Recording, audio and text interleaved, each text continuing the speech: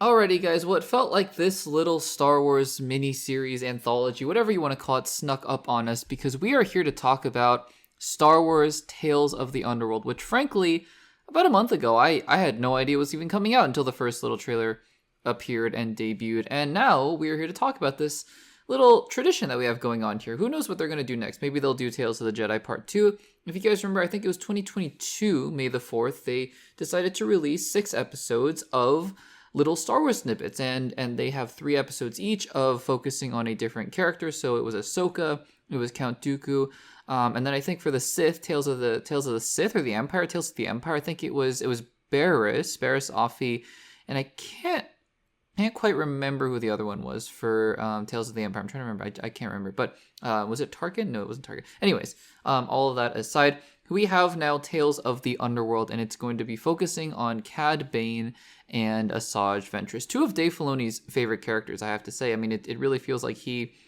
pays extra special attention to characters like these. And, Ahsoka kind of started out as a character like this, a side character, who obviously had a very prominent role, but you remember Asajj Ventress showed up in season 1. In fact, in the Clone Wars movie, she showed up. So Asajj Ventress has been here since the very beginning of Clone Wars. And then also Cad Bane showing up very prominently starting in season 2, Rise of the Bounty Hunter, something I was very, very excited about for Star Wars The Clone Wars. So there was that. And I was very, very excited to see him again in Book of Boba Fett, and his appearance was a little bit lackluster, but still it was good to see him in general. And so now we're here to talk about these 6 episodes. It's going to be a spoiler discussion. To be quite honest with you guys, it's going to be pretty quick. There's not a whole lot to spoil. I put spoiler discussion up here because sure, we'll talk about some details.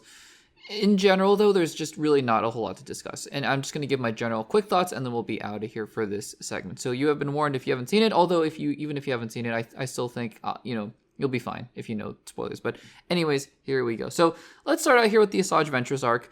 And, it's interesting, right? Because I love a lot of the things that Dave Filoni had done with the side characters in the Clone Wars, right? I think that he did so much for Maul.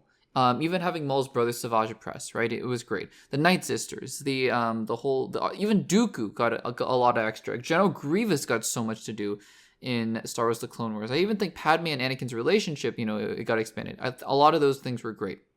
Asajj Ventress, though, was always one of those characters that I think, he really was intent on expanding her out and giving her a backstory, and it just never quite worked for me as well.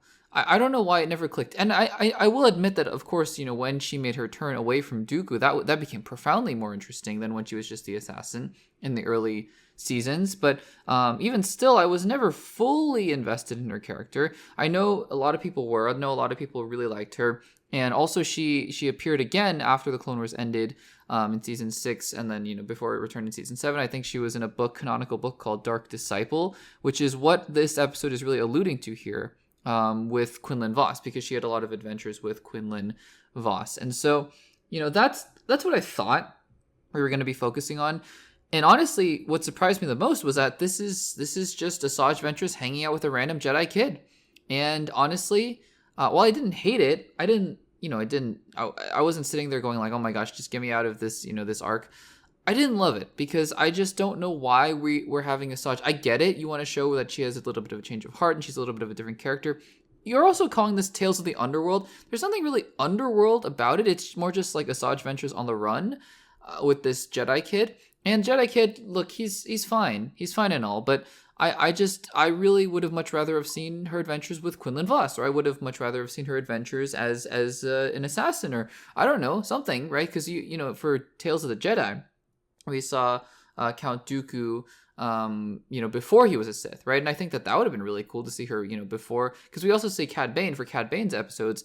This was an origin story of sorts. And so I would have much rather have seen anything else. I think it's fine. I think it's somewhat interesting to see her change of heart and change of character. But honestly, other than that, nothing much else to say. I think it's just fine. The Cad Bane arc is more interesting. Although I will say that, it feels, again, just like, oh, we have some spare time. Let's just flesh out this backstory. Again, interesting. And the ending is decently sad with Cad Bane killing his friend in front of his, the friend's son. That is pretty sad, actually. But other than that, I think it's the first episode especially is a little bit slow because we're seeing them as little kids, and then we kind of pick up from there.